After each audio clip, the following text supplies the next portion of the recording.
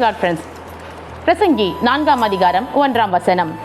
இதற்கு பின்பு நான் சூரியனுக்கு கீழே செய்யப்படும் கொடுமைகளை எல்லாம் சிந்தித்து பார்த்தேன். இதோ ஒடுக்கப்பட்டவரின் கண்ணீரை கண்டேன். அவர்களை தேற்றுவார் இல்லை. ஒடுக்குகிறவர்கள் பட்சத்தில் பலம் இருந்தது, அப்படி இருந்தும் தேற்றுவார் இல்லை. 2 காரியங்கள். ஒடுக்கப்பட்டவர்களோட கண்ணீரை கண்டும் அவரை தேற்றுவார் இல்லை. ஒடுக்கப்பட்டவர்கள் ஒடுக்குகிறவர்கள் 2 விதமான காரியங்களை பார்க்கின்றோம். எதுக்கு இதை ஒப்பிட்டு சாலமோன் ஞானி இதை எழுதுகிறார் என்று சொல்லி பார்க்கும் பொழுது நம் அனைவருக்குமே தெரிந்த ஒன்று, சிறுமைப்பட்டவர்கள் இடத்துல இந்த பேக்வர்ட் கிளாஸஸ் என்று சொல்லப்படுவார்கள், அல்லது சிறுபான்மையினர் கூட்டம் என்று சொல்லி இஸ்ரவேல் ஜனங்களை அழைப்பார்கள். இப்பொழுது கூட இந்த கிறிஸ்தவர்களாகிய நம்மை கூட சிறுபான்மையினர் என்று சொல்லிதான் நம்மை ஒடுக்குகின்றார்கள் அல்லவா? கர்த்தருடைய ஊழியத்தை செய்ய முடியாதபடிக்கு ஒடுக்குகிறார்கள். நம்ம நினைத்துக் கொள்கிறோம், தமிழ்நாட்டில் நம்ம நல்ல ஒரு சூழ்நிலையில கர்த்தரை ஆராதிக்கிறோம், கர்த்தருக்கு நம்மளுக்கு வழி வாசல்களை திறந்து வைத்திருக்கிறார், எந்த விதமான பிரச்சனைகளும் எந்த சர்ச்சஸ்க்கும் கிடையாது, எங்கேயும் அடித்து உடைக்கல என்றெல்லாம் நம்ம நினைத்துக் கொள்கிறோம். இதற்கு நன்றி செலுத்த வேண்டும்.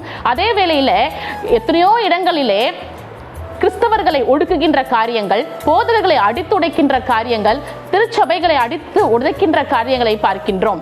இந்த ஒடுக்குதல் எல்லாவற்றுக்கும் நாம் என்ன செய்து கொண்டிருக்கிறோம்?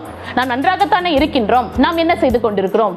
எல்லா பலமும் நமக்கு இருக்கின்றது. நாம் என்ன செய்து கொண்டிருக்கிறோம்? வேத வசனம் அதுதான் சொல்லுகிறது, ஒடுக்கப்பட்டவர்களுடைய கண்ணீரை பார்க்க யாரும் இல்லை, ஒடுக்குகிறவர்களுக்கு பலம் இருக்கிறது, ஆனாலும் யாரும் இல்லை. எவ்வளவு அருமையான ஒரு வசனம் அல்லவா? நமக்கு எல்லாமே இருந்தும் அவளுக்காக ஜெபிக்க முன் வருகிறோமா?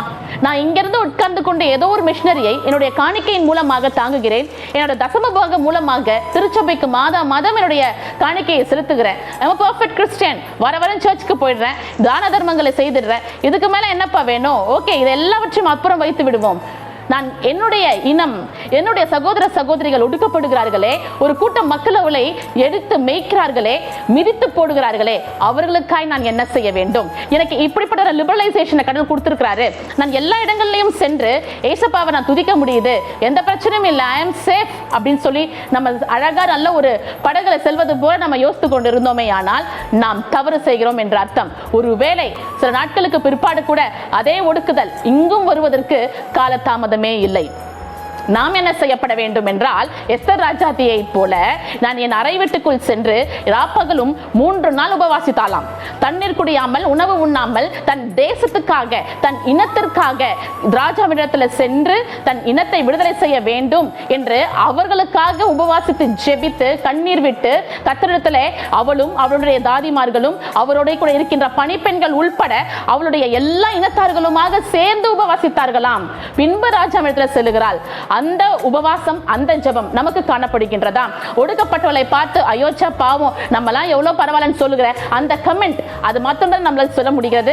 ஏதோ ஒரு முறை அவர்களுக்காக பாவம் பரிதாபம் மட்டும் தானே பார்க்க முடிகின்றது. இது அல்ல கர்த்தர் நம்மிடத்தில் எதிர்பார்ப்பது. நம்ம ஒரு சேஃபர் சைடுல வைத்திருக்காரே, ஆனால் நம்ம உட்கார்ந்து அதை வேடிக்கை பார்ப்பதற்காக அல்ல, கர்த்தரிடத்திலே அவர்களுக்காக நாம் மனம் உவந்து உபவாசித்து ஜெபிப்பதற்காக நம்மை அழைக்கப்பட்டிருக்கிறோம். நாம் அதை செய்கின்றோமா? ஒரு பெர்ஃபெக்ட்டான ஒரு லென்த் டேஸை நம்ம செலிப்ரேட் பண்ணி கொண்டு இருக்கிறோம். எதுவும் நான் செய்ய மாட்டேன், இதை சாப்பிட மாட்டேன், அதை தூரம் வைக்கிறேன் என்று சொல்லி அட்லீஸ்ட் இந்த 46 நாட்கள் இதையெல்லாம் பிசிக்கலாக என்னை நான் சுத்தம் பண்ணிக்கொள்வதற்கு, என்னுடைய பிபியை கண்ட்ரோல் பண்ணிக்கொள்வதற்கு, கொலஸ்ட்ரால் ரேட்டை கம்மி பண்ணிக்கிறதுக்கு வேணா யூஸ்ஃபுல்லா இருக்குமே தவிர்த்து இது எதற்கும் பிரயோஜனமே அல்ல. என்னுடைய ஆவிக்குரிய வாழ்க்கையில ஏதாயினும் மாற்றங்கள் இருக்கின்றதா என்று சிந்திக்க அழைக்கப்படுகின்றோம். ஒடுக்கப்பட்டவர்கள் கூட்டம் அநேகமாய் இருக்கின்றது, கூக்குரல்கள் அநேகமாய் இருக்கின்றது. அவர்களுடைய கூக்குரலுக்கு பதில் கொடுக்கத்தான் கர்த்தர் உங்களை பாதுகாப்பான கடன்கள்ல கொடுத்திருக்கிறார். அதை நீங்கள் ஒரு காலமும் அதை அசட்டையாக எண்ணி விடாதீர்கள். கர்த்தருக்காக எழும்பி இந்த நாட்களை பிரயோஜனப்படுத்திக் கொள்ளுங்கள். நாம் ஆயத்தப்படுவோம். Have a blessed day. Praise be to God.